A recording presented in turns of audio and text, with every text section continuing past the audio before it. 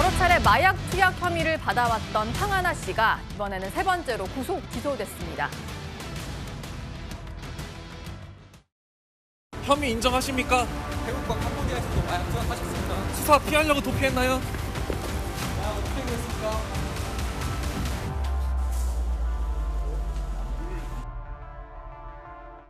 네, 벌써 세 번째 구속 기소인데요. 첫 번째 혐의를 받았을 때는 징역 1년에 집행유예 2년이 선고됐었고 집행유예 기간 중에 마약을 투약해서 징역 1년 8개월의 실형을 산 적이 있었습니다.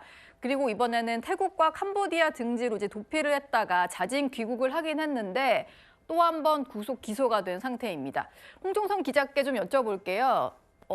계속해서 이제 본인은 부인을 해왔는데 결과적으로 이번에도 구속 상태로 재판에 넘겨졌네요. 그렇습니다. 사실은 한국에 자진 말하자면 이제 체포돼서 들어올 때도 국적기 타고 오기 전에도 본인이 뭐라고 했냐면 나는 그 지인에게 마약 투여를 하지 않았다. 사실을 부인을 했어요. 예. 그리고 본인도 마약 투약을 하지 않았다. 본인의 이 복약 사실에 대해서 부인을 했는데 경찰은 지금 현재 그 2명의 공범과의 전화 통화 내역이라든가 아니면은 그 공범 또 다른 한 명의 진술이라든가 이런 걸 합해서 종합적으로 판단했을 때 그렇지 않다. 이 2명의 어떤 공범이 아니라 본인이 오히려 공범들에게 이 지인 2명에게 2023년 7월에 아파트에서 이 마약을 투약할 것을 적극적으로 권유했고 심지어 직접 투약한 걸로 보고 있습니다. 예. 그렇기 때문에 그런 정황 증거들뿐 아니라 구체적 증거가 있기 때문에 이번에 구속이 됐고요. 첫 번째는 집유로 넘어갔고 두 번째는 1년 8개월의 실형을 살았는데 예. 이번엔 말하자면 누범이잖아요. 네. 재법인 상황에서 또 한 번 구속 기소가 됐기 때문에 재판부가 이걸 어떻게 볼지 귀추가 주목됩니다.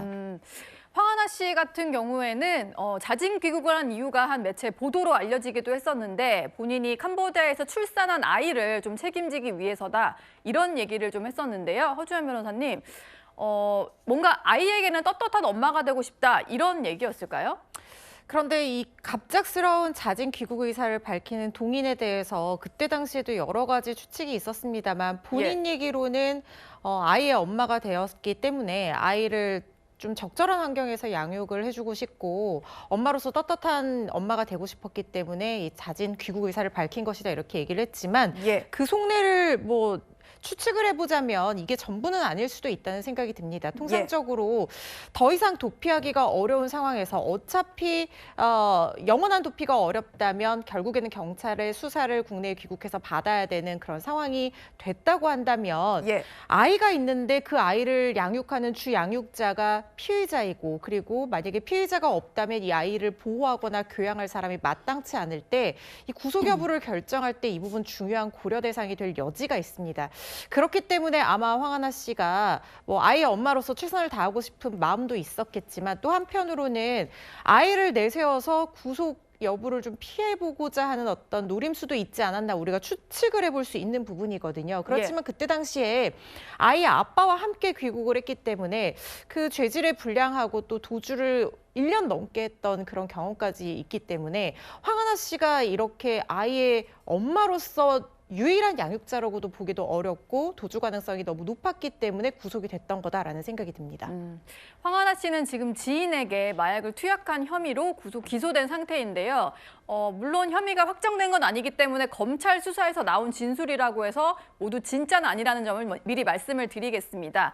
그런데 검찰 측에서 확보한 진술 가운데는 이런 게 있더라고요. 공범과 접촉을 하고 또 회유를 시도했다는 정황이 좀 드러났는데요. 박성배 변호사님, 이 얘기를 들어보면은 뭔가 유리한 진술을 좀 해달라 이런 식으로 공범들에게 연락을 했나 봐요.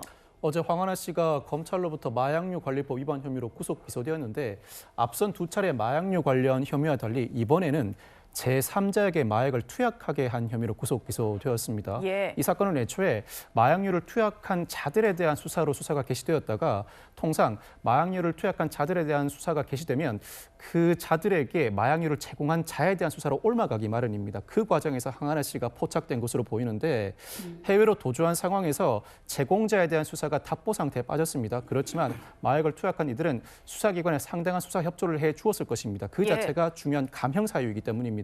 네. 그런데 이미 마약을 투약한 자들이 황하나 씨에 대한 상당한 제보를 한 상황에서 외국에서 황한혜 씨가 공범들에게 접근했다는 소식도 전해지고 있습니다.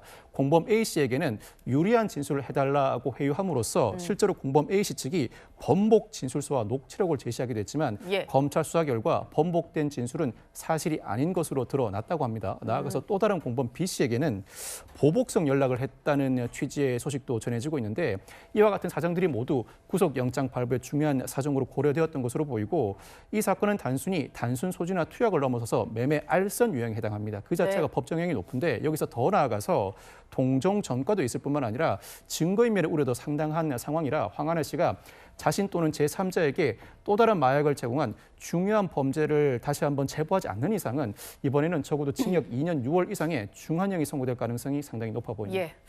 어제 재판에 넘겨졌으니까 어떤 형이 선고될지는 지켜보도록 하겠습니다.